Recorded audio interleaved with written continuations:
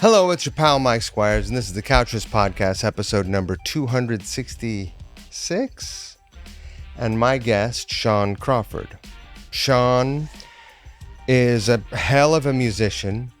He was on the first few gigs that I was at. I happened to be, when I moved back to Seattle, gigs that I was working. He's impressive in a lot of ways. Just in physical stature, he is a giant man. Then when he plays, he is not fooling around. He left quite an impression on me. At the Smash show last year, we became friendly. He used my Marvin bass for the gig. And I found him to be such a friendly and sweet guy. And I was looking forward to when the studio would be done so I could have him as a guest on the podcast. And here we are. So I am just as pleased as a pig in shit to have him on this episode. He has a busy rest of his 2024 coming up. We get into all of that stuff here. Tonight I'm gonna go check out his in-store at Easy Street. This will come out too late for you to join us there. I'm sorry. I cannot offer you a time machine. But if I could brand a Couch Riffs time machine, I'll sell the shit out of those things. So, I hope that you enjoy this episode. Shaun is a great dude. Again, check out all of his bands. I hope that you will consider also supporting Couch Riffs on Patreon. Patreon.com/CouchRiffs. That is the only way Couch Riffs can bring in any of the resources that we need for this to happen. I need to do some more soundproofing. I'm down here by the ballpark, and it gets pretty busy down here. So any money that comes in goes right back into the studio, goes right back into everything that supports this happening. So if you are already supporting Couch Riffs on Patreon, or you're buying shirts or trucker hats, I say thank you so very much. Thank you. I appreciate you. If you've been thinking, maybe someday I'll do it, there is no time like the present, let me tell you. Why do they think they call it a present? Thank you. I love doing this. There's a bunch of exciting stuff coming up. I'm always, I'm never short on ideas. I'm not short on ideas. I'm not saying they're all great. I'm just saying I got ideas. Okay, you know the deal. Treat people the way you want to be treated. Be kind. And if you aren't in a kind mood, don't do or say anything. Everything is contagious, including being a dick. Don't be a dick. Shaun, welcome to the Cod Piece podcast, the Couch Riffs podcast. How you doing? I'm doing good. How are you doing today? I'm good, man. I'm really good. Hope we'll see how we do with noise. I think we're all right at the moment, but we might get some noise from the neighbors. Mm-hmm. Will you do me a favor? Well, this is how we start most all of these podcasts. Will you tell people who don't know who you are? Will you tell them your name and what's your deal? Briefly. You don't have to tell your life story, but briefly what your deal is. Will do. My name is Shaun Crawford, and I play guitar and bass here in the Seattle area. Play in a few groups, and I also do some session work as well here in the Northwest. When I have been back for almost 1 year, and the first 2 or 3 gigs I went to, I was working, and you were on all of them, and I was like, "Who is this dude?" Wait, which gigs? West Seattle, Okay. the fair, like first week in July, and then Smash. Oh God, that was very fun but nerve-wracking. Yeah, I would imagine. Yeah, it's weird because it's like I remember that gig, getting it, and it was essentially kind of in the back of my head. I was like, am I getting this gig because I'm friends with everybody that does this joint, or am I getting this gig because I'm good at what I do? And so I remember just saying yes, gotta say yes to it, and then immediately as soon as I got the song list, I was just like shedding it and shedding it and shedding it. And then in the back of my head, I was just like, you do this for a living. Why are you freaking out? Like, calm down. There's a reason why you were chosen to do this gig. Just go on and do what you normally do. And why can't the reason be both? That's just how my brain works. Sure. The reason, I mean, you can be great at music Mhm. and still not be the right person for a gig, right? For sure. I don't like that reality, if that makes sense. Like, I try to be a little more like, what's what I want to say is like realistic about things. Sure. Where I try to not fly too close to the sun when it comes to my abilities. I think it's really easy in our world to either undersell yourself or oversell yourself. I'm trying to find that middle ground so that way I'm not like, undermining myself, but also I don't want to, be walking around here like I own the place, like I'm that dude. So that's why gigs like that, I'm always very much like, okay, like this is cool, but again, please be cool. Don't wild out. I have this theory, or I have this like policy of perceived horsepower, Mm-hmm. right? So at any given moment, I might be playing at the absolute highest level that I am capable of, but I don't want anyone to know it because because it's a better look. Yeah. I don't ever want to look like I'm struggling, Right. you know? And then like maybe you just did the most amazing maybe you just put in the performance of your life, but it ain't no thing. Yeah, no, that's exactly how I try to present, is that like I do this every day. Right. Like I remember during that gig, I know you remember this too. I was just like, just be solid, put in the time to practice. Let's not miss any notes. Let's make sure everything's, spot on. And so I remember Molly Sides Mm-hmm. from Thunder Pussy. I remember we were like chopping it up before the show, and we're just like jaw jacking and everything. And like, I forget how this transpired, but we decided that like at one point that they were gonna hop off my back during like L7's shit list during the show. Yeah. And I remember I was just in the back of my mind, I was like, okay, that's fine. We're playing it. And I forget that we're gonna do it. I forget In the moment. in the moment. And so like, Molly is very like,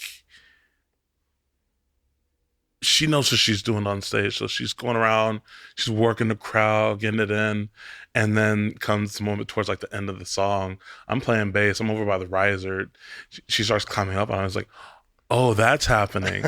And so hopefully no one else knows it.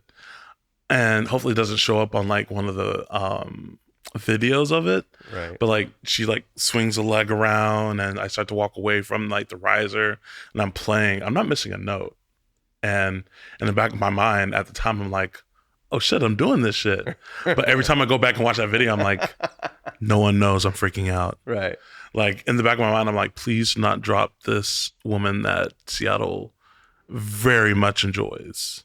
Please do not cause any harm to like the singer who's very valuable to the scene. I love that that is the moment of the show that made the biggest, like that you want to share. I don't know if that was the biggest impression, but you played Black Hole Sun with Matt. Oh, yeah, that was you know what? I think the reason why I don't rank that as the number one thing was because like in the back of my mind, I was like, I felt like I could have done more. But also there's the thing is like I didn't do too much. I did what I was supposed to do. It's a wild song. It's a wild song. It's a wild song, but it's like, I I don't know. Sometimes whenever I'm in those situations, I want to put my own stank on it, you know? Sure. And that was definitely one of the situations where I'm gonna have to be like, all right, man, just like the record, don't wild out. Just you're playing with the dude who helped write the song. Do not throw any extra licks in. Just keep it straight. So How deep down the rabbit hole of that song did you go? Did you go listen to Shepherd's soloed bass lines? no. Because you can find them on YouTube, Mm-hmm. and they are fucking wild. Yeah. He is a wildly creative bass player, Mm-hmm.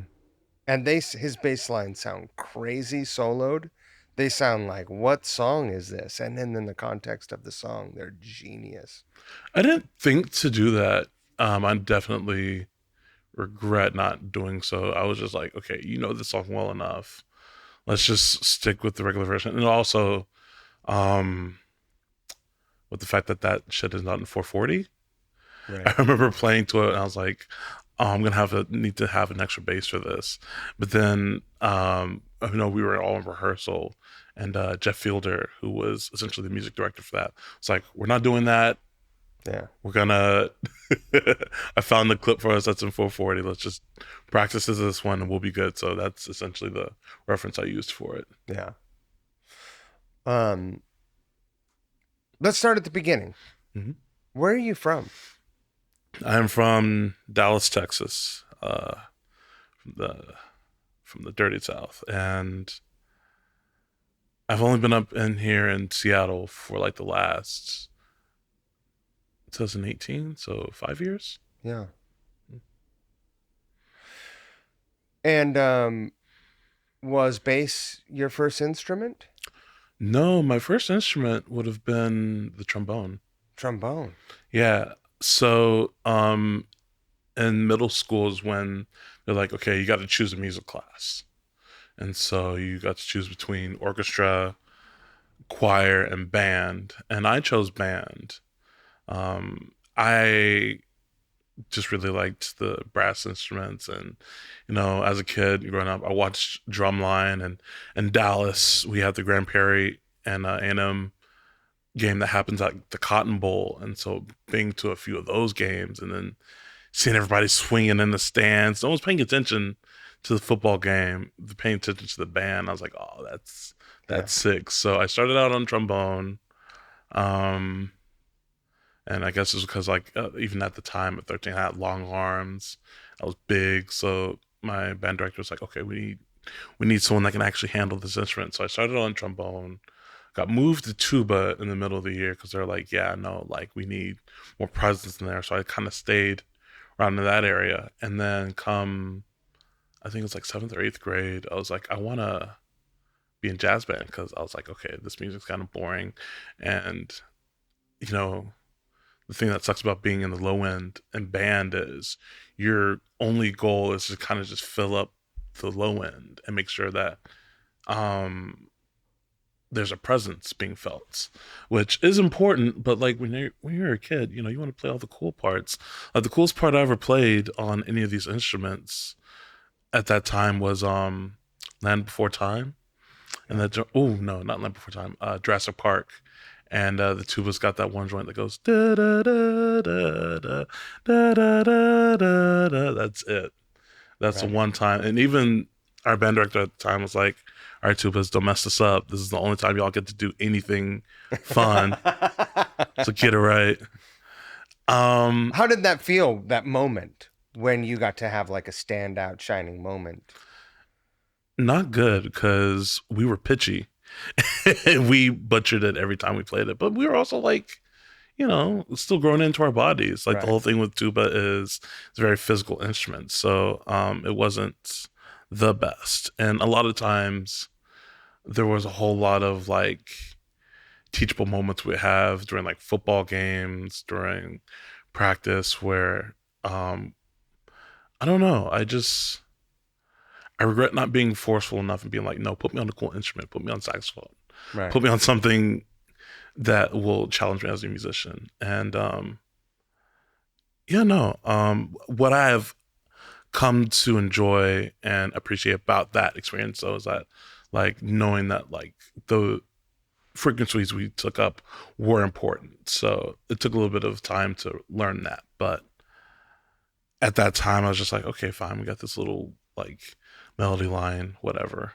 When do I get to go to college and play like dope bass lines that actually dominate the song, you know? Which never happened, but, you know, happened in a very roundabout sense. Right. I was in band also in grade school, middle school, Mm-hmm. and I feel like it was really good for my musicality. Mm-hmm. Learning like the orchestration of a song, like Right. counterpoints, Did all of they it. ever do the triangle with y'all? The sound triangle?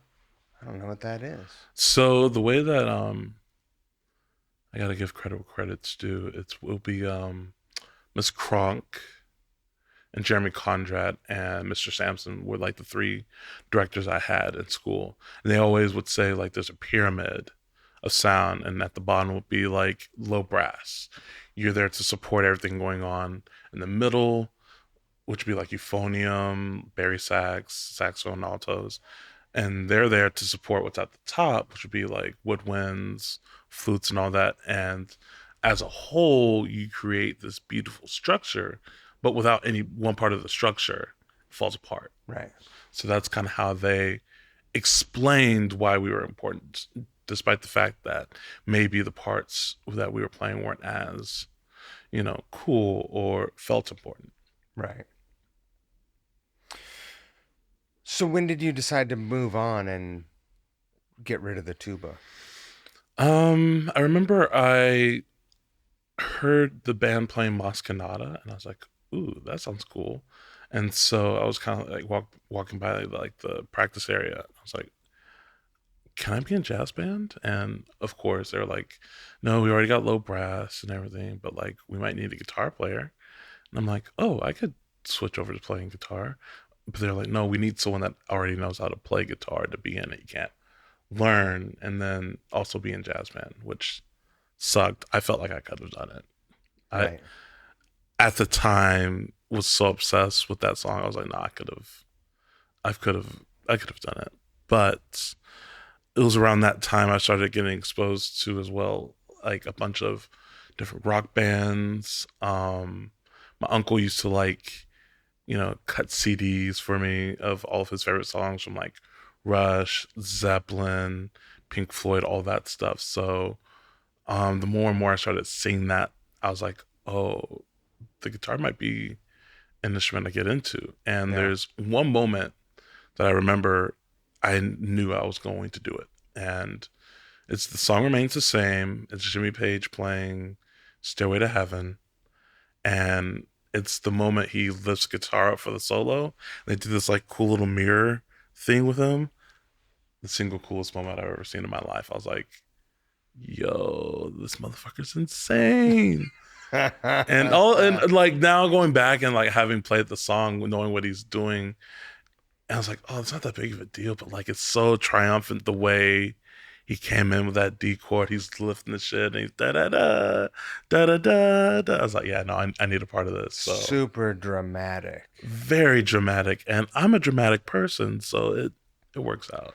A lot of times, the most impactful parts of songs aren't difficult to play. They're not Mm-hmm. complicated to play, right? They're just like the musical movement is Exactly. dramatic and simple.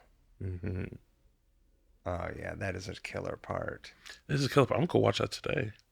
Yeah, why not? As soon as I'm done with this, I'm gonna get on the train and just watch that whole concert because I haven't done that in a while. Yeah, I don't remember the last time. I've seen just segments of it here Mm-hmm. and there. I know the band wasn't happy with it, but like I think it's a lot better than people remember. Right. Okay, so you didn't get into jazz band right then. Mm-hmm. How did you get your hands on a guitar?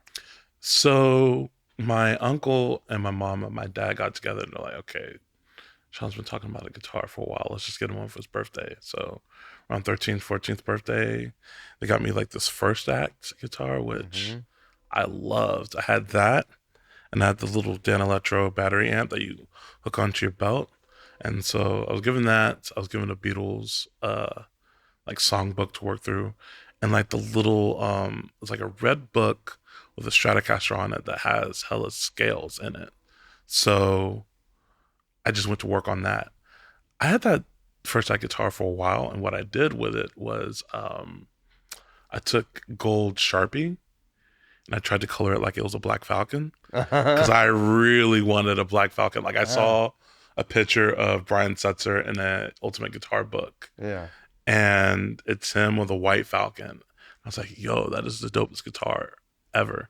And I saw that there's like a black version of it. I was like, this is the perfect guitar because it looks like a Cadillac and it's just so big and gaudy and extra. And then like I've been wanting that guitar for the longest. So I took the guitar, I colored the pickup, I colored like the tone knobs. I tried to do the binding. I put my name on the back like I was fucking Buck Owens. I did the whole nine, and That's awesome. I wish I had a picture of it because I really did think that one day I was gonna own like a Falcon, and this is before I had any concept of money and how expensive things are. Cause holy shit, that's what I'm 29. That's still light years away.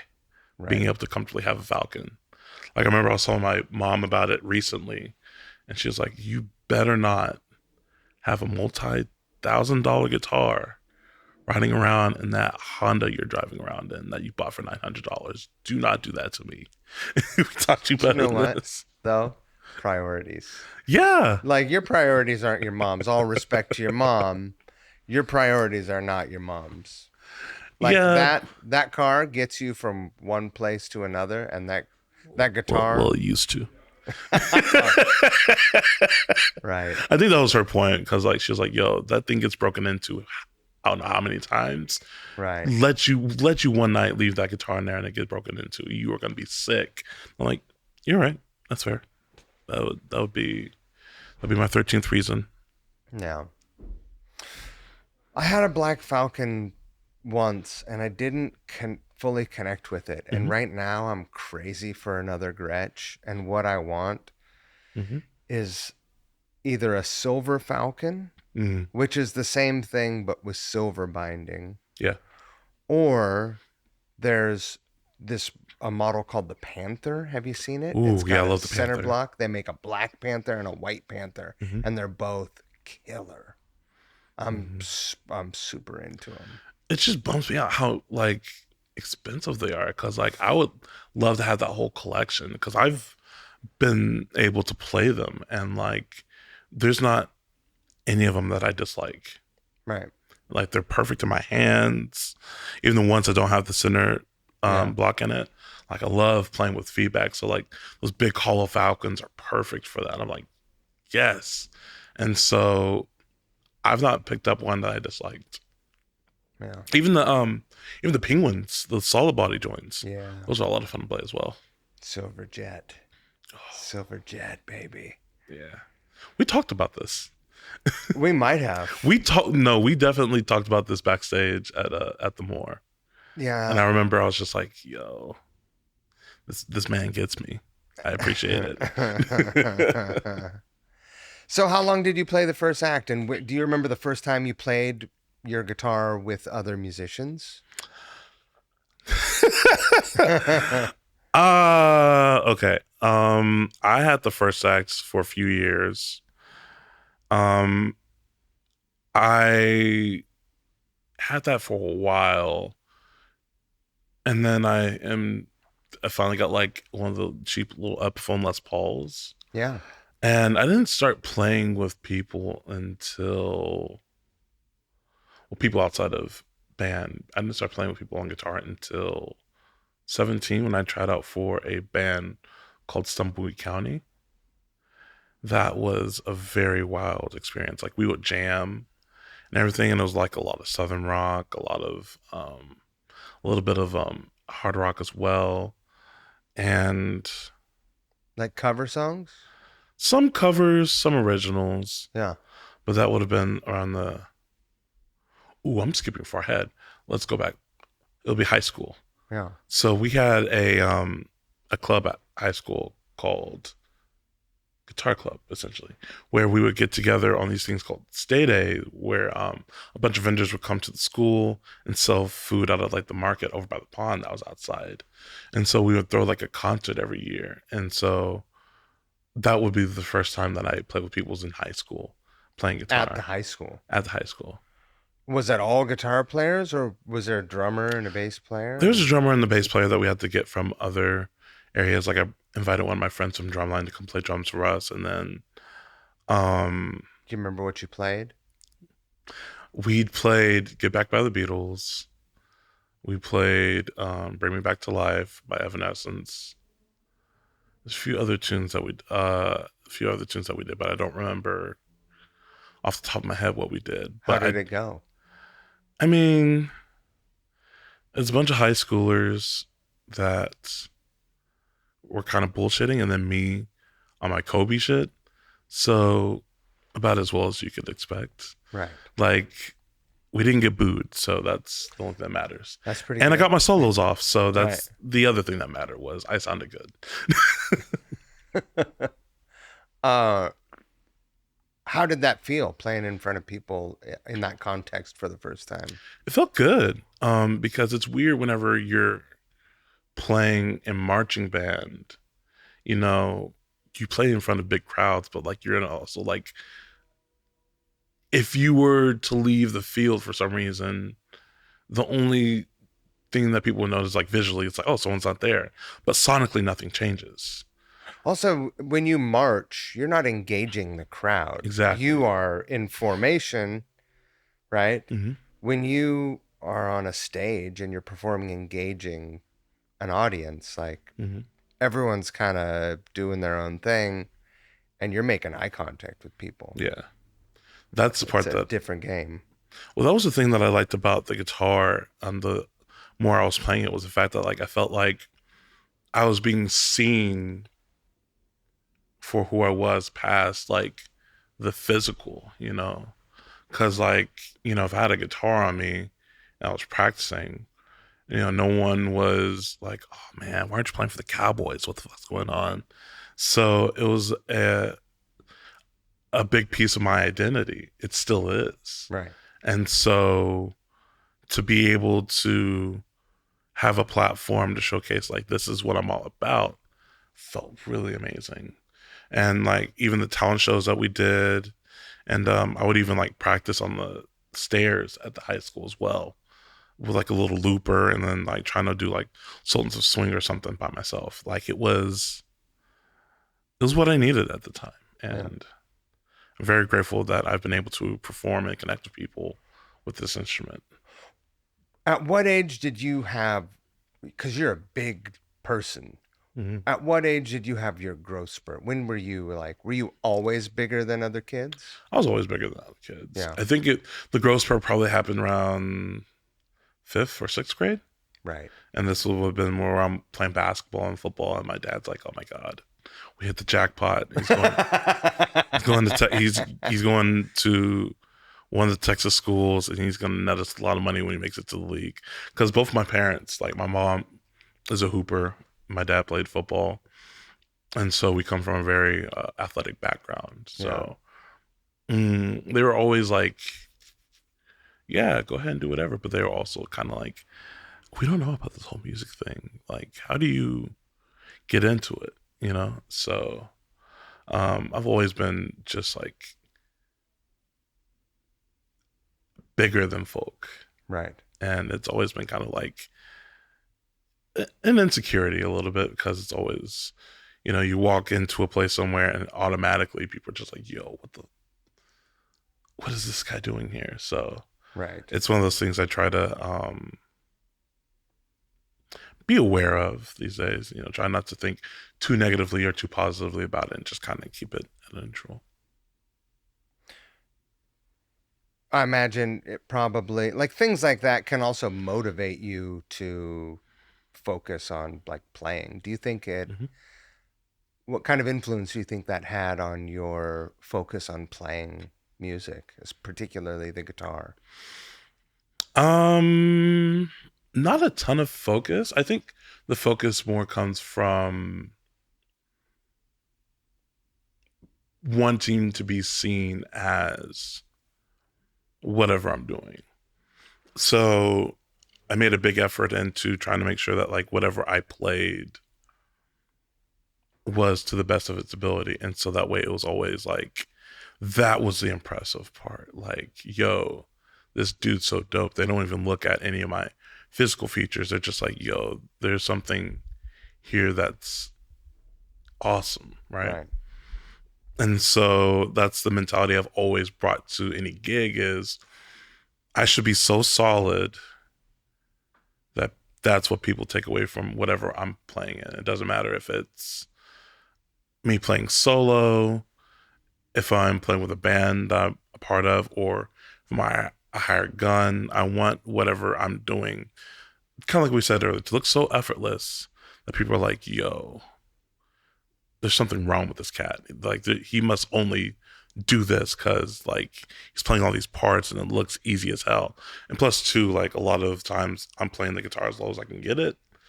It's just where I feel most comfortable because it feels like I'm swinging the rock a little bit whenever I have it where it is. So I try to be as relaxed as possible. And so when people do catch me, the first thing they bring up is the performance, not the fact that I'm the same height as like say Will Chamberlain or something. Right. Which I'm not. I wish I was. Life would be a lot different if I was Will Chamberlain's height. Would it? Mm-hmm. Yeah. Oh, yeah. Listen, I still have a love of basketball. Like I remember one of my goals whenever I went overseas for the first time was to catch a few buckets, and thankfully got to do just that. And oh, I felt so good just like being overseas and like because everyone's a little bit smaller over there. Yeah. So I'm definitely like, you know, my presence is felt in the States, but like my presence is definitely felt in like France. And then I walk on the court and it's like, oh yeah, I'm gonna dominate. And so it's just like hook shots on everybody. Right. Everything's a layup. Whoever team I'm on, they're just like dumping it in the post, and I got it. I'm like, yes, my purpose finally fulfilled. Hey, let me ask you this. Mm-hmm. You eventually started playing bass. That's Mm-hmm. the first two times I saw you play. I think you were playing guitar in West Seattle. Mm-hmm. You were playing bass at Smash. Were you an accidental bass player, or did you just eventually say, I want to play bass too? I'll be honest, I fought against it for a while. Same. Because three things. I feel like with the music that I fell in love with, there are only so many standout bass players that had that green light to do that because they had the knowledge to do so. So a lot of times in a lot of these bands, it usually was just like the least good guitar player. And I didn't want to admit that that was me. Right. Second, obviously, being big, being black, that's the typecast. Right. So I remember I was playing in this band, Thieves of Sunrise, where I played lead guitar. And there'd be nights where I'm wilding out. I'm throwing this shit behind my back. I'm playing it over my head. I'm standing on the speakers. I'm doing everything a guitar player does. And still, no matter what, people will be like, damn, you played the fuck out of that bass. Like, you're just going crazy on it. And it just would set something off of me where I'm like, no. Like, so you saw me do all that not knowing. It to this day, it is one of my least favorite things to hear after a gig.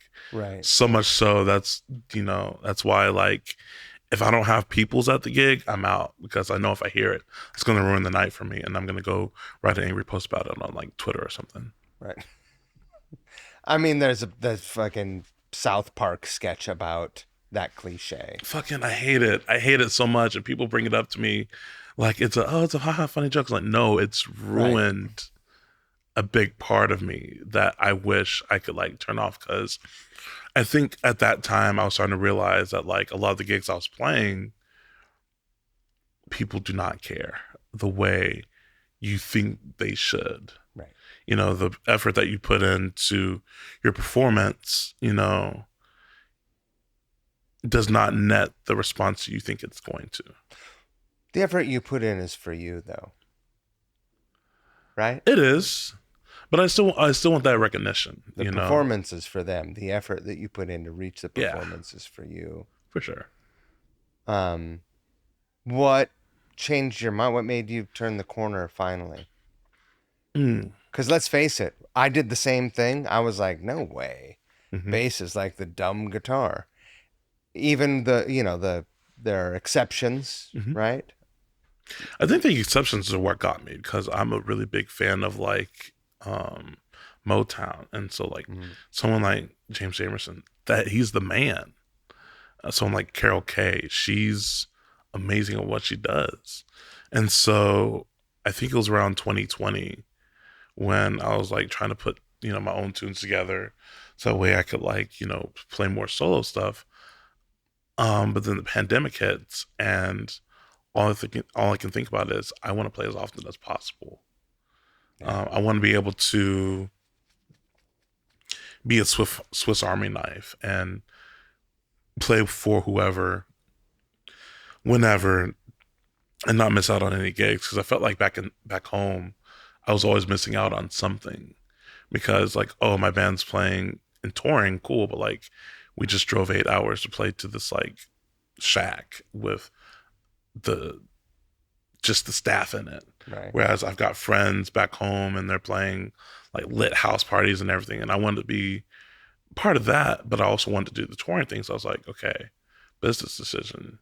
Good and well that there are too many guitar players for you to have that kind of spot, which I got lucky up here. Like I play guitar in a few groups, but like you have to do something else if you want to be able to play often. So you got to be versatile. You got to be able to bend a little bit. So when I came into bass, whenever I was like doing all the like solo stuff that's online, I remember I was just like falling back in love with like all the video game soundtracks that I loved as a kid, all the crazy synth bass parts, Yeah. and like all the slap bass and like all all the like hip hop that I was falling back in love with. I was like, this can be used as a tool. I just gotta find the right people to do it for. So 2021, I joined a group called Trick Candles here in town, and now we're known as Rub. We've changed the branding, and everything, and that was like a really big opening for me because I was like, not only can I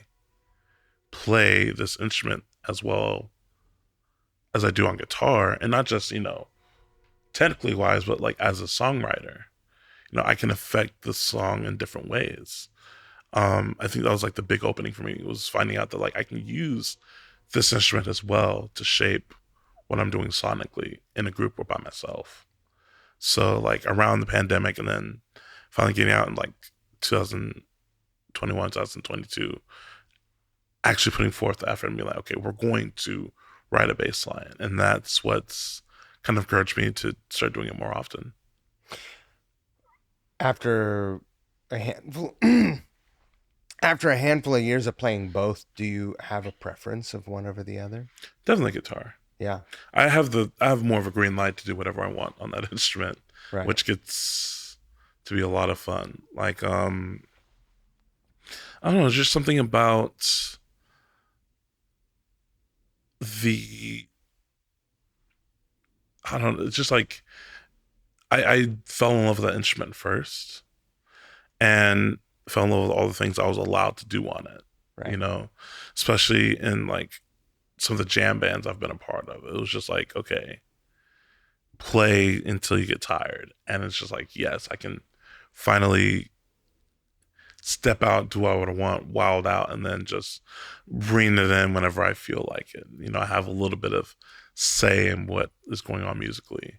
And so I'm always going to be like thankful for that. And that's why I've always loved the guitar. But I feel like with the bass, though, I can be a little more sneaky in how I influence something. Yeah. Like reharmonizing like a part if I feel like it's been repeating for a little bit. That's my favorite thing to do. Like we have this one tune in Rub where like the ending is super repetitive. And I was like, I can just go to a different part of the scale and do that descending, and that's gonna sound sick. And so you'll see someone listening to the song, I'll go make that switch, and they're like, huh, that's crazy. And those are the moments I get where it's like there's one music head in the crowd, and they see it and they see it, and I'm like, got him, I Yeah. got it, and it's a good feeling to be able to do both from both ends. Right. I want to back up again. When you auditioned for that band at 17, did you get the gig? I did, Nice. I did. Was that your first band that you started gigging with? Hmm. And Yeah. tell me about that. Um, the terms I'm about to use are going to be used derogatorily, but I'm not necessarily talking about y'all. I'm just talking about the folks I was playing with. And as you'll learn, I hold a grudge. So I apologize in advance. Okay. There's a bunch of dads that played just Southern rock and hard rock, right? We're playing Skinnerd. The dude that I was backing up on guitar was a huge Randy Rhoads fan. And like they put me on to a lot of dope stuff. Like I didn't know about a ton of Black Sabbath outside of like Paranoid and everything. So we used to do like Wizard, Oh, that's a which was like jam. I had no, they are the ones that like pissed me off with the whole groove metal subgenre because like everyone kept trying to get me on to Pantera. And I'm like, I hear the metal. I don't hear the groove. I want to hear more of the groove. So like they introduced me to a group like Pentagram, and I'm like, oh, Right. this is sick. Like that song 20 bucks spin. Love it. Like it's for me the perfect amount of like metal and groove where I'm like, okay, this is what it sounds like for me. Did you right? ever get into Budgie? No. You gotta send me some tracks for that. Budgie. Budgie. Okay. Yeah. So it was a great experience. Um again, you get to the gig, they're like, okay, so you can't come in here until it's time for you to play. So you load in, you wait outside until it's time for you to play. You go play for an hour, come back outside during like the break or whatever. You do that a couple times a night. And it was good education and gigging, and I think too just like stamina as well. Cause like we were playing 3-hour nights Right. pretty regularly. So like now like a 2-hour gig is nothing to me, Sure. especially like whenever it gets to be hot in Seattle. I'm like, oh, I've got this. It's just, I do this on a regular basis. Because you were doing this in Texas also. In this. Right. And so, yeah, that was my, kind of like my boot camp, so to speak. What came after? What came after? Well, I got let go from that group, and my mom loves to tell this story, so I'm going to beat her to the punch. Um, Sorry, Ma. yeah, I have to because she likes to put a little too much on it, so I have to put the right amount on it. All right. So I got let go from that group, and that was the moment I was like, I'm not getting let go from a group ever again. That's the last time this shit happens. So I had like the CD that was like the demo that Is this where the grudge comes in? yes, this is where the Gretsch comes in. And that was like the first guitar I bought myself. I was like, oh, this is a professional guitar. The lead singer of the next group is actually who's responsible for driving me to go get it because I didn't have a car or a license until I was like 20. But I remember I had the CD and I like tore it in half, threw it outside, and it sat there until like I moved to Seattle. Like even when I'm packing all my things, my mom was like, "Is that your CD in the grass?" I'm like, "Yeah." She's like, "Do you want it?" I'm like, "No, leave it there." And she was like, "I should have known at this point that you were petty as hell. I'd never seen that from you, and I should have known that you were going to be an issue when you grew up." But yeah, left that group, played in another Southern rock group, and that's where I started getting even more of an experience. So we started touring, bought the Gretsch. I still have that Gretsch to this day. It's still my baby. Um, I just want to be Dwayne Eddy so bad. So it's like the Desert Orange one with the Yeah. Bixby. I love that guitar. Yeah. I haven't played that guitar in a while either. I need to. What was that next band? So this next band was Thieves of Sunrise. So we toured. It was more of a Black Crowes inspired kind of band. No Right. covers, but like you hear the singer and you're like, oh yeah, you fuck with Rich Robertson heavy. Yeah. Not Rich, Chris Chris. Robertson. Yeah. And so that was a lot of fun because this is the first time where I'm actually helping writing as well.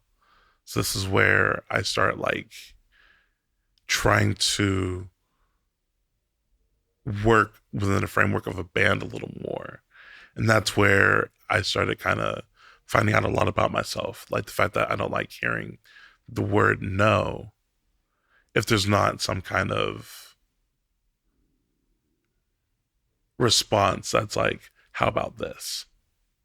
Like if I just hear no, I'm like, okay, so what? Like, what's next? Like, do you have an idea? Right. Like, do you have something that's gonna counter it? Do we want to work on this idea together? So that was when I started learning. I was like, oh, I work okay with others, but I need to like work on that part of myself a little more, you know? How long were you in that band?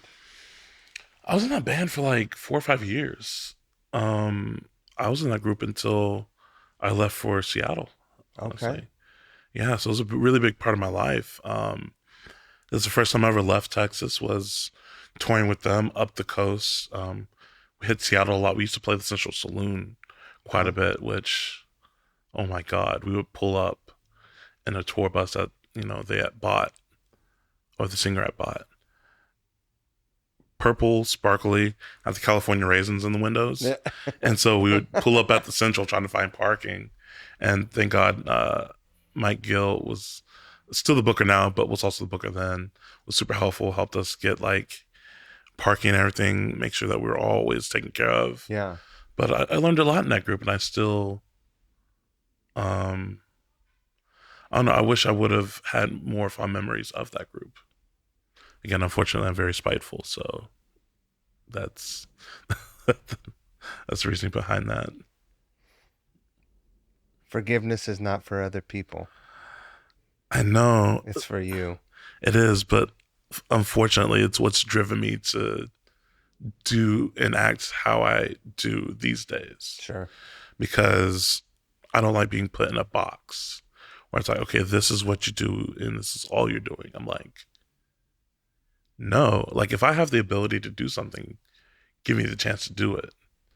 I'm not just going to sit here and not expel whatever resources I have just because you think it's unworthy. So, give me the space to try and fail, but I'm not going to just stay in this like box just because you think, oh, this is all I see you as. Comfort. I Right. hate that a lot. So, why Seattle? Mm. Because we had played up here a bit, and I was like, Seattle's kind of dope. Like eating the food here, just the fact that I didn't have I wasn't gonna have to deal with 100-degree weather anymore. The mountains, like every time that we came up here on tour, I was just like, why do we have to go back to Texas? Like it's lit up here. And I also made friends with the folks at not Thunder Road, Emerald City Guitars. Sure. Like Great they're folks. right across the corner from the Central. I remember I got lost. I was like, hey, this is a cool shop, but like, how do I get to the Central? And they're like, literally just go that way and then take a right and you're there. And I'm like, all right, cool, thanks. And so just like seeing the little snapshot of the scene that I saw, I was like, I want to know more about this place. And so, around October in 2018, I was thinking about like, okay, well, I don't want to be here anymore because I've put everything that I've feel like I can into this current situation. And all my folks were like, people love artists in Seattle.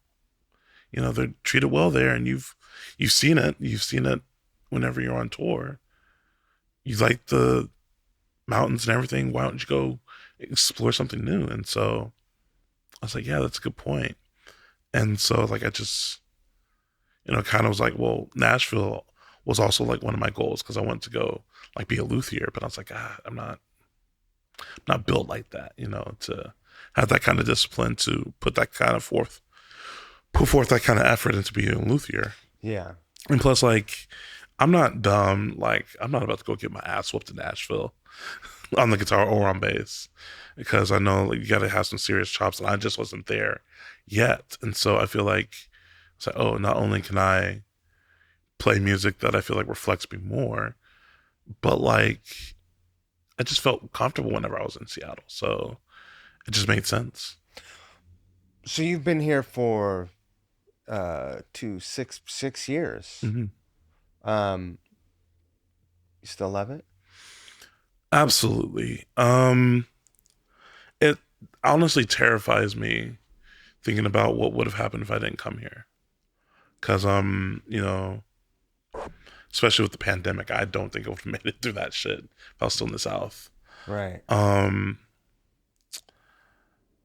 Despite the challenges I've had here, the rewards have been more than rewarding.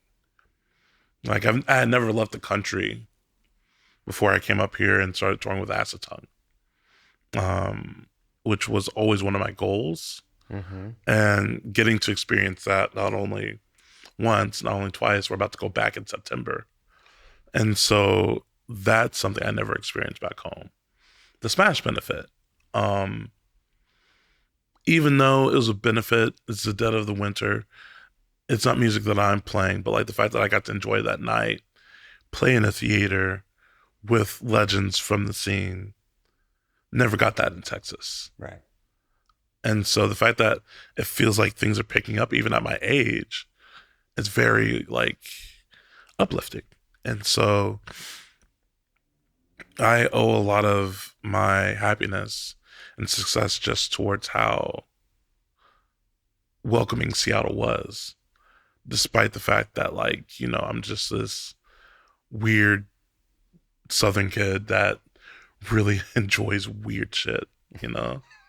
And so I I'm always gonna love Seattle, and I hope that I'm able to like build a nest for myself here so that way no matter where I go, I'm always able to come back and just chill out. What do you think for you, what's the biggest difference between Texas and Washington? Living like for your experience.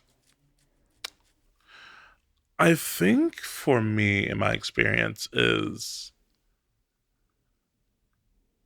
it's hard because I think I've also changed.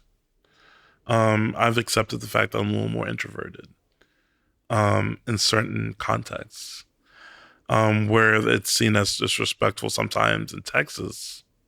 It's accepted up here. I can be kind of quiet into myself, and it's not like an issue. Right. You know, I feel like culturally too, I'm able to like not feel like I'm making somebody uncomfortable with my presence in certain ways. So like case in point, being on the train up here, like I feel like it's okay for me to kind of be a little bit more of a human and be a little more talkative. Whereas in Texas, I feel like, there are definitely people that will, hey man, how you doing? Yada yada. But it was always, very much like a passing by kind of thing. And you could always tell the people you couldn't really talk to like that. So up here, I feel like it's a little more, despite the Seattle freeze, like I can talk to people up here in a way that's like, kind of shy, but I'm not going to get roasted for it, if that makes Right. sense. And also, like I feel like my physical is not as commented on here because of that. I don't know if it's because people are like, nah, let's not bother them, or if it's just because people are very introverted as well. But like, you know, I don't hear about how my body is like perfect for like a football game. People just kind of, wow, you're tall and cool guitar, and then leave it at that. Right. So I don't know. I just feel like I'm in spaces where I'm a little more comfortable to be all of myself, and I don't have to be, I don't have to put on a front like I do in Texas. I don't have to act my size and my shape. I can be a little timid, and people are like, "Oh, okay, well, he's just shy. That's just how he always has been." So you got to get to know him a little bit before he pops out. I'm just in general, just more comfortable with how I'm treated here. Sure. I think I was gone from Seattle for a long time, Mm-hmm. and I am really happy to be back. Mm-hmm. I think it's a good city. It's got its shortcomings, Yeah, but you know, that's one thing I get everywhere bummed about does. Seattle, though, is that I remember before moving up here, the algorithm online will do its thing, and like, oh, you're going to Seattle? Here's all the worst things that happen up there. But like, you look around at where you are, and it's like, no, this is. If I'm gonna have to put up with this anyways, being broke and everything, and like all the struggles of life that we're all kind of going through, Sure. might as well be in a lovely city like Seattle. Why not? Why not? At what point in after moving to Seattle did you join Acid Tongue? And is that your Hmm. main gig? I would say so, yeah. Yeah. I didn't join that song, I think, until like 2022. Mm-hmm. Um, I remember I was just putting it out there on Craigslist. I was like, "Yo, I'm looking for people to play with," and guy hit me up very quickly. It's like, "Hey, we need another guitar player. Here's the songs. Come audition." And I remember we were in, I forget what the part of the town is called. It might have been in Ballard. I think we were in Ballard, Mm. rehearsing in somebody's basement. And I remember musically, I was like, "Oh, this is a lot of fun." And also, honestly, like, for me to be in a band that I enjoy, I gotta have a dog or some dogs around me. And Guy is a fucking dog. Like, that is a man that, like, he works hard at what he does. He's gonna make sure you're taken care of. And if he can, he's gonna make sure you know that. But he's very upfront. He's um very honorable. Yeah. And, that's something I have a really good respect for, because it's like, it's really hard to find people like that in this industry that are going to be that are going to work hard for what they want, but also still like do their best to be upfront with you and be very what's the word I want to say? Well, just honest. Just be honest. It's remarkable to me how like all musicians start struggling. All Mm-hmm. musicians feel like they've been gotten over on for a long time. Yeah. And then as soon as someone gets into a position where they can sort of like not get over on another musician, Mm-hmm. half the people still get over on other musicians. It's Yeah. crazy to me. It really is. It sucks. And like, I'm not going to sit here high and mighty and say I might not do the same shit, but it's like, like, if we all helped one another, the scene as a collective gets better. Rising Which, tide raises all boats. exactly. And I feel like that's another thing I enjoyed about Seattle, was that, like, getting into that whole scene with all the folks that work at Freak Out and everything. I start seeing that everyone's like connected in some way, and I'm like, oh, everyone's cool peoples, which is great. There's no, well, as far as I know, Sure. there's not a whole lot of beef out here. Everyone's just trying to put on the best show that they possibly can. Right. I know that's probably going to age poorly, because again, I'm still like kind of dipping my toes into the scene a little bit, but still, from where I stand, I feel like most folks just want to see each other do cool stuff, and I feel that I genuinely do here in Seattle. Even if people feel competition with other bands or other musicians, Mm-hmm. like when you see the people that you have your sights on where you're like, oh, this person is doing this, that, or the other. Mm-hmm. I want to be doing that. It's inspiring, I think. Mm-hmm. when someone, when I see Jeff Fielder playing, I'm like, Mhm. I'm gonna go practice. I'm not gonna lie, and I'll tell him this when I see him. I am so pissed. I was not there when he was jamming with Tedeschi Trucks. Oh, Not because I didn't get to jam with them. So I found out a few years ago that they're both hoopers. And the fact that no one told me that they were in town makes me so upset because it is my dream to one day jam with them, but also go run twos with them somewhere. Because I know Derek has a good jumper. I just know it. It's somewhere in that form that just says that, like, oh, he can hoop. So whenever I saw that blow up, and I'm like, dude, that is so dope. In the back of my mind, I'm like, I want to go jam with the Tedeschi Trucks, man. What the fuck? Just like, hey, wait a minute. But like, you have to remind yourself, or I have to remind myself that, like, Jeff's been in this deal and has been killing in this business for a minute. and that's not the first time he's played with them. No, not at all. And like, that is a very fun. Again, like, I got the gig from Musburger and Jeff being like, yeah, no, let Shaun do the join at the Moore. And like, he didn't have to do that. Again, I'm just some punk from Texas. And, he has looked out for me way more than he needs to. And so He's a good dude. him and Tekla are good peoples, man. Like, talk about folks that I trust with my life. Like, they're just good peoples. And I can say that about like everyone that I've met here in Seattle. Like, just good peoples in the scene.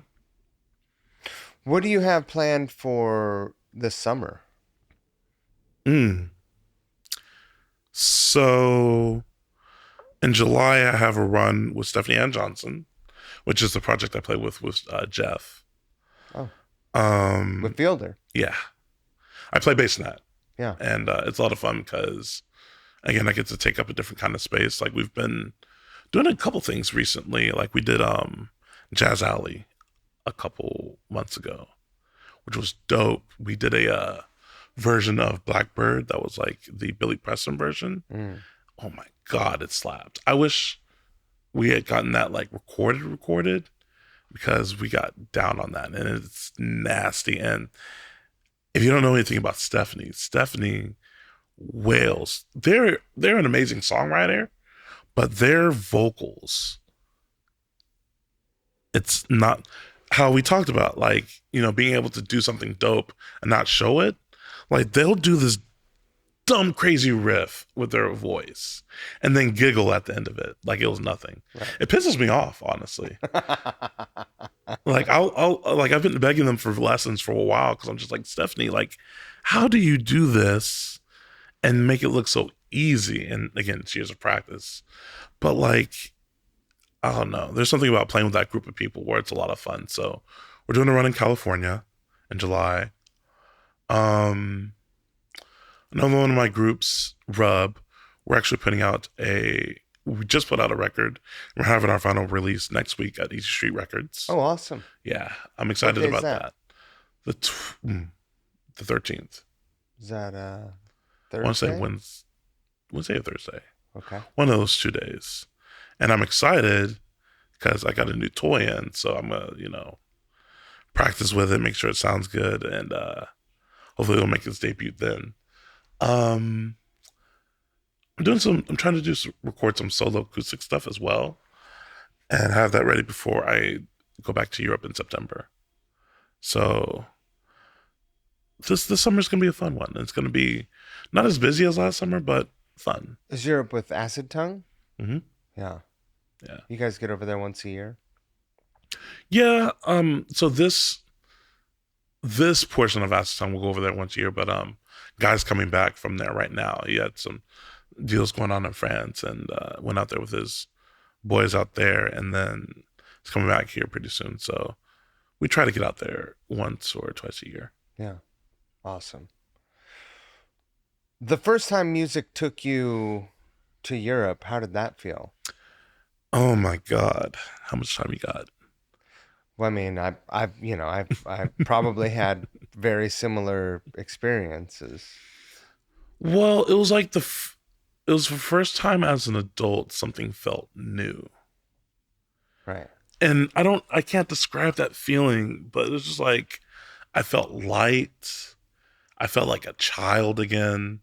I remember we landed in Charles de Gaulle, and like, you know,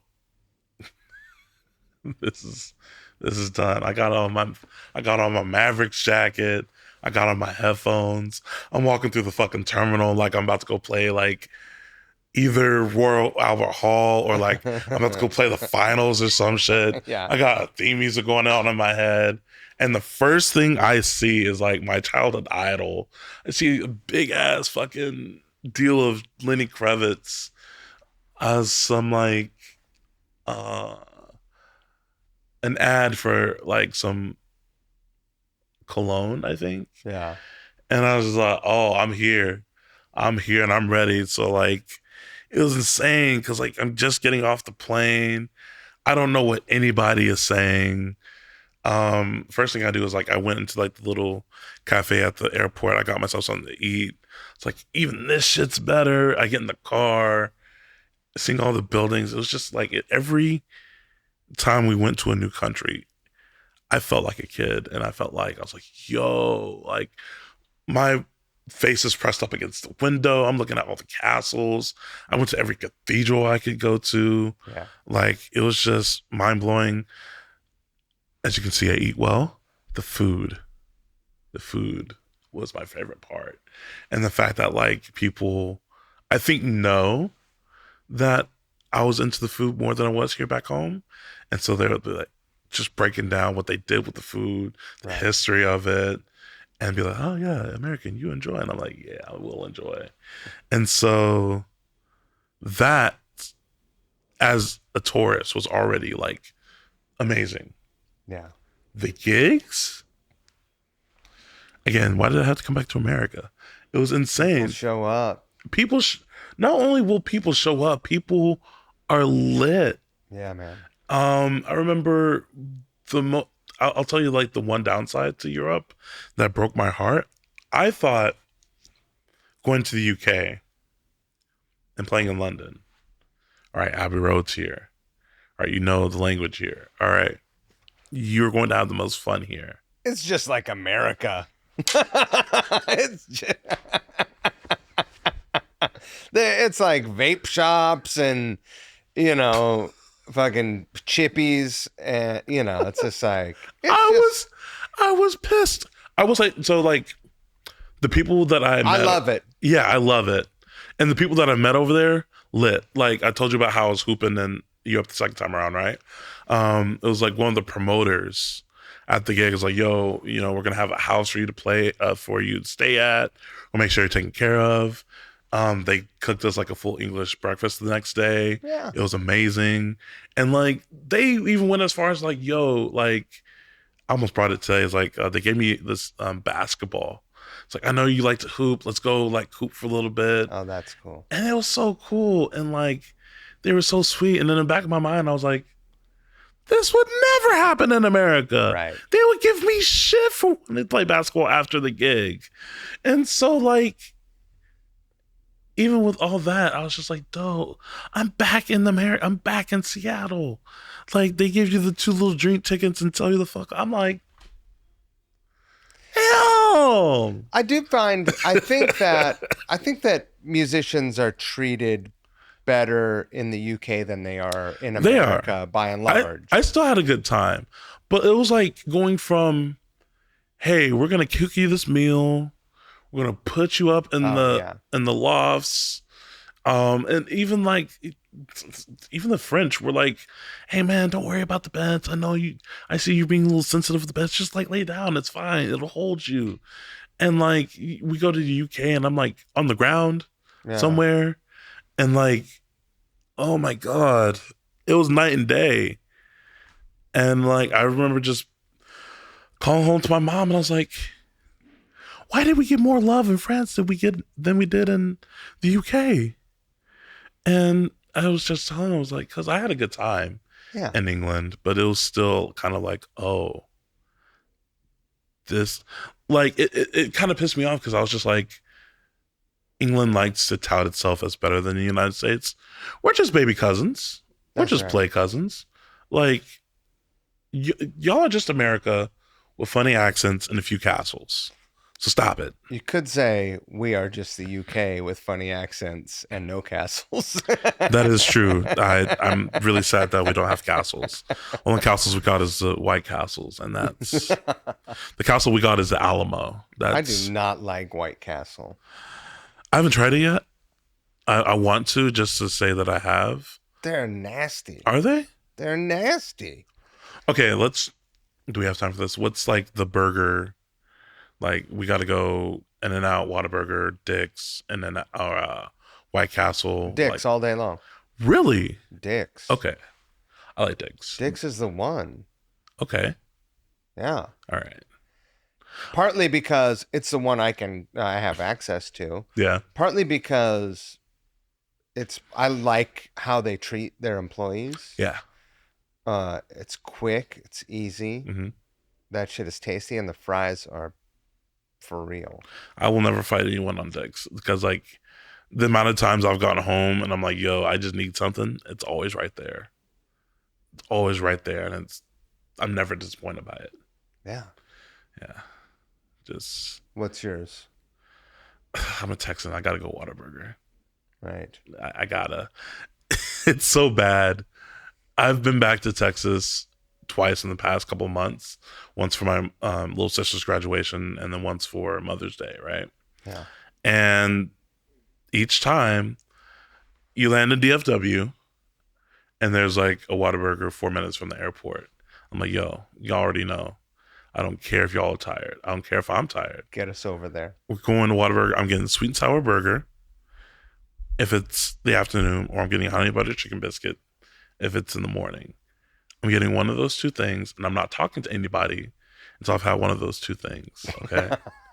You'll see my mood jump because those are the only reasons I want to go back to Texas. Other than seeing my family, Whataburger. Yeah. So you're gonna have me out here in this bullshit 100-degree heat. You better make sure I get to my Whataburger before I have to deal with anything else. They ever show up with one for you? No, that'd be too much. Hints. No, that would be too much. Then my mom would really have reasons to call me Shaunce, and I don't like that.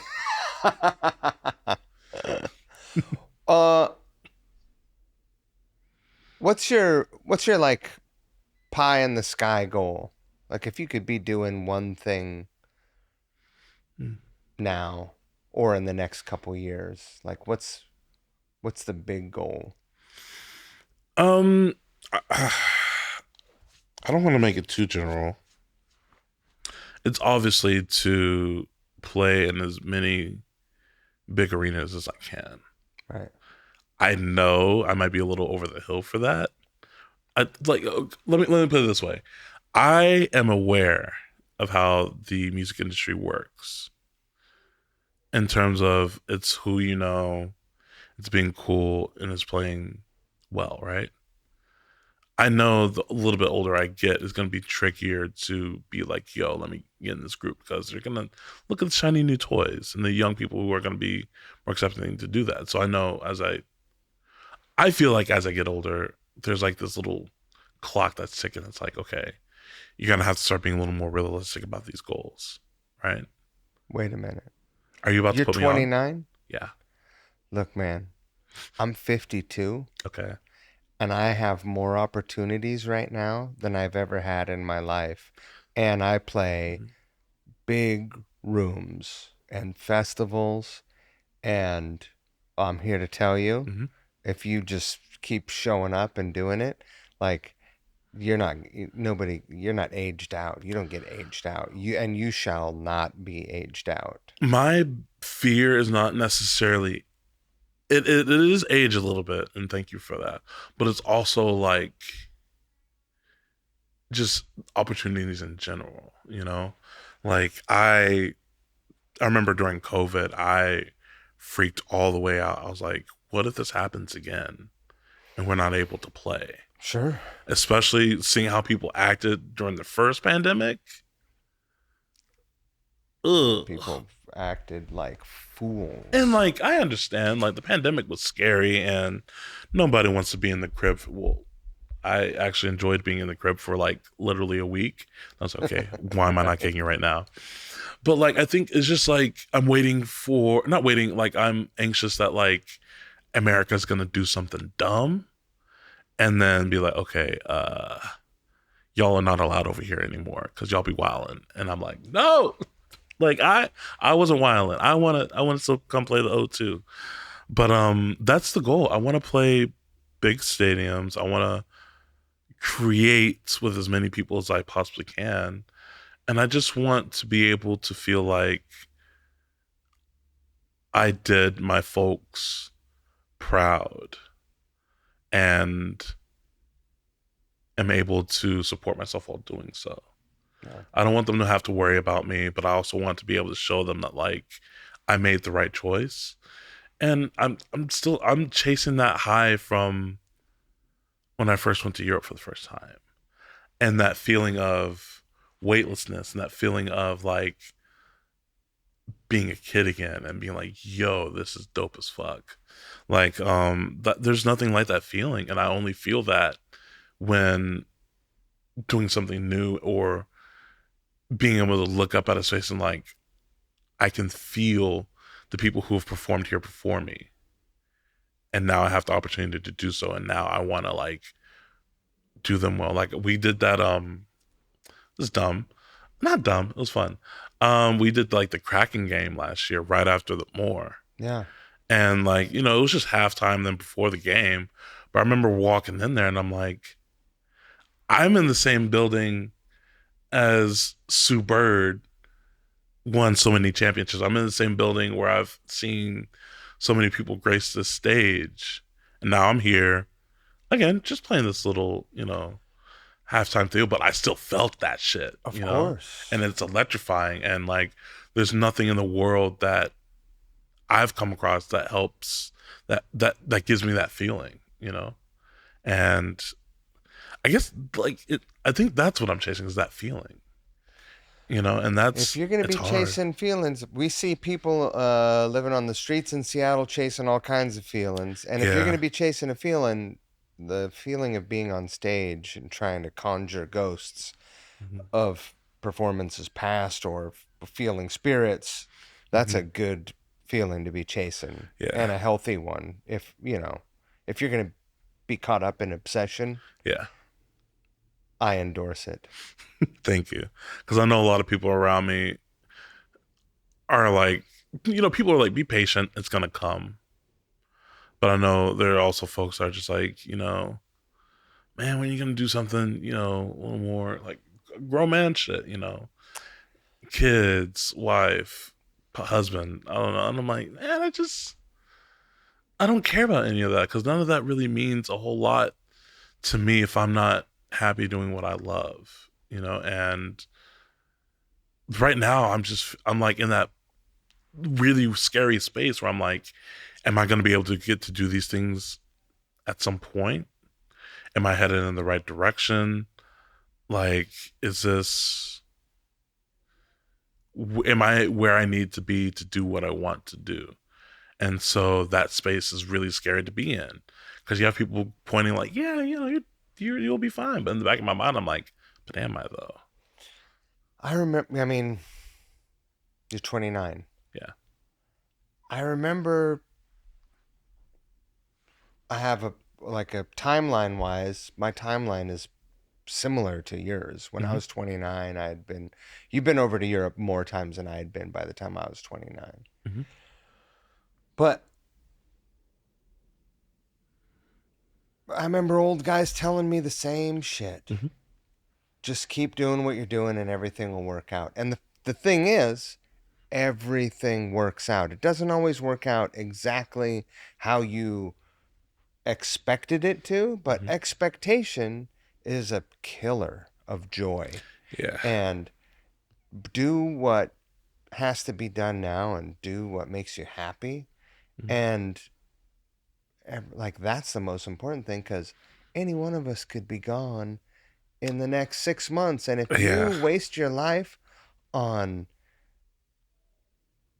things that don't bring you joy, what a sad, sad tragedy. I think that's the thing too. Is like in life, a lot of people have had to remind me that like, yo, you got to enjoy this shit while you're in it, because first of all, not there are very few people who get to do this, especially at this stage, This is and a fact. it's fun, like even with me having these lofty goals, like I still love playing house parties. Like I just played one solo a little while ago, and like the amount of love I got from the room playing my shit, I was like, oh, this is okay. Like this part of me is allowed to exist, and it feels good. This is a space I can take up and not feel crazy for taking up. So it's still little moments like that make me feel maybe not as good as headlining T-Mobile Stadium, but like it's still like okay, like yeah, good. It's a good feeling, and I want to have more of those good feelings and experiences the more I play. You're gonna be just fine. Okay, thank you. You're gonna I'm be sorry. just I'm sorry. fine. This turned into a therapy No, session. no, it's awesome. Like I know it's good for me to remember because there are a Hmm. lot of times when I was, I'm sober now, but there were a lot of times Hmm. when I was younger when I didn't appreciate I was pretty messed up, so I didn't appreciate or even if I appreciated it, I just wasn't in a state of mind where I was really taking in what cool things I was doing. Hmm. You know. What got you out of that? Do you think? What made you finally realize that like you need to appreciate the things around you more? Well, you opportunities come if if you can if you can actually execute the gig, right? Hmm. But also if you're a okay person to be around. Hmm. And sometimes that's more important than how well a person can execute a gig. Right. So, a person who is easier to be around might get a gig before a person that can do the gig but is a sloppy drunk. And I was Hmm. a pretty sloppy drunk. Gotcha. So, you know, no one wants to be a hazard. And, Hmm. you know, I just want to be, I don't want to be a detriment. Right. I want to be an attribute to anything I do. And hopefully I live up to that. So, yeah, I made that choice Okay. just to be the best version of me. Right. Yeah. And that's a work in process. For sure. Believe me. I listen. I know. So my partner all the time is like, "You're very hard on yourself. Yeah. You need to enjoy yourself a little more." And I'm like, "Yeah, but like, I don't know. I want to make sure that you know I don't know. I don't know if it's a people pleaser thing. It probably is, but like, I just want people comfortable around me. I want people to be able to say that like he's gonna be here on time. It's fine. He's gonna play this gig. It's gonna be fine. It's gonna be okay. Like Sean's on it. We got it. Yeah.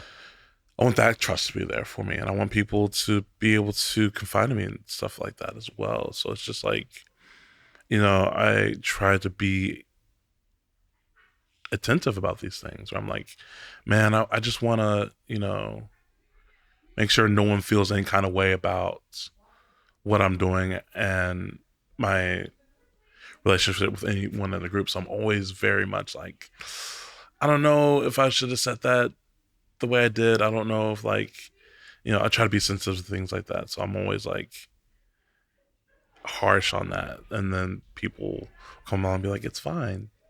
Relax. Just be chill. And man, it's hard. It's really That's hard. just regular life stuff. And then there's the music stuff. And, Yeah. it's like, to be able to continue doing this stuff, there's a, there's a lot of layers to it. Hmm. You're, I mean, listen, you've got great gigs, you're touring, you're working, you're doing killer, and keep, you're going to keep going. I predict great things and happiness for you. Thank you. Yeah. I just gotta work on the happiness part because that's the part that's killing right now. It's just like, you do a dope thing and then you're like, it's like you said earlier, but I know the quote is comparison is the thief of joy. Yeah. So, like the whole Jeff thing, it's like I remember looking at that, it's like, wow, that's dope. And then in the back of my mind, I'm like, don't do it. Don't do it. You're doing it. And then I'm like, fuck, wait, what am I doing wrong? Why am I not in this shit? And then, you have to have someone kind of pull you from the spiral and be like, yo, like it's coming, but Yeah, he's you got gotta chill 20 out. years of experience in touring and like 20 years of networking and knowing those guys. Yeah. Like you Yeah. don't know those guys. I don't, thank you for putting it that way. Cause like, I have to remind myself, like, you don't know these people like that. I remember at the Smash joint, having to remind myself that like, you don't know these people like that. Cause Yeah. I remember we were like, a lot of people were playing back there. Right. And like, I was trying to, be off to the side, don't bother folk. You don't know these people like that. But then in the back of my mind, I'm like, I'm playing on stage with this dude. And I'm like, Yeah. I'm right here. Like, we playing the same song. Like, I mean, I went yeah. back to South Dallas Sean for a little bit. I was like, hey, man, like, what the first thing, dab me up or something. And, it's fine. But I had to be like, hey, listen, these people have statues in Seattle. You need to relax. You are not like that. And I'm like, damn. Yet. Yet is the term. But like, even that's why I was like, hey, chill. Like, if they want to be cool, let them be cool. But like, your job is to be solid on the bass. Do not do anything else but be solid in the music. That's one thing that it was hard for me to learn is that you have a lane, right? Hmm. You get hired for a gig, you've got a lane. You stay in your lane and be patient and do a good job, and eventually someone will say, "Hey, let's widen your lane." Yeah, and there's three things or two things that I attribute that to in being a basketball player. So whenever you're tall and awkward, they put you in the post, Sure. which I know you watch a little bit of hoops. Whenever you're the center or the five or the post, Sure. you don't get a whole lot of glory, right? You're there to take up space, just like on the base. You're there to grab rebounds and kick it back out and support the other five guys on the court, just like the base. Now, people who know hoops are going to point you out and be like, that motherfucker's doing his job, just like on base. And so I try to attack it from that standpoint. It's like, you just need to be solid enough that people look and go, oh, folk who know are going to be like, no, he's on top of it. And that's what we need. It's like I've been telling myself lately, it's like every gig that I play is an audition for whoever, for whatever. Yes, sir. And if by me being solid and staying on my lane means someone else sees me as like, yo, like, I feel like you're holding back. Let's see what you do with the green light. Then I'm like, yes. And then the second thing, the Hey All music video, where I think it's Big Boy. I was like, 3,000. Don't fuck it up for everybody. That part. Right. Don't fuck it up for everybody. Don't go out there and show your ass.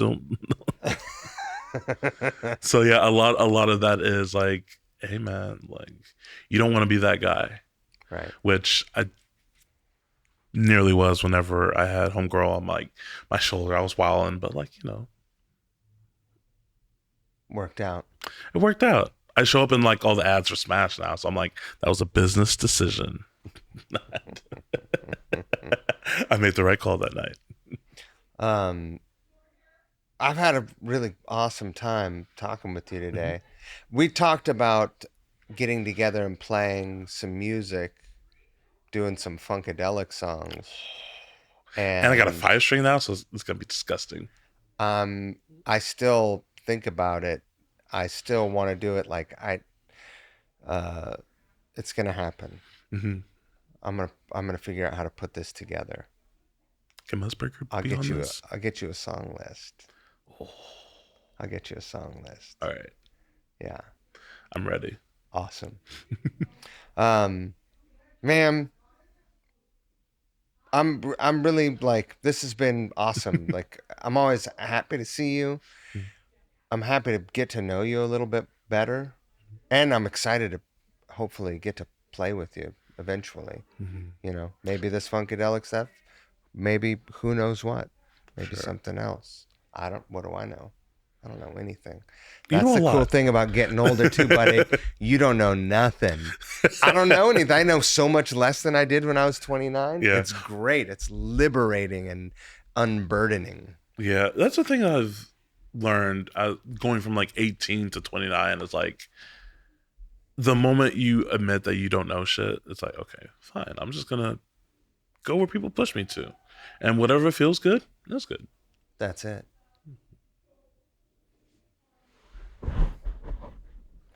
Man, have a great weekend and the best to you in Europe. Well, dude, thank you so much. I hope to catch more of these episodes because I remember seeing these online. I'm like, I'm gonna dig in on these, and like never got around to it until you're like, hey, you want to be on the podcast? I'm like, Now you're in one. yeah.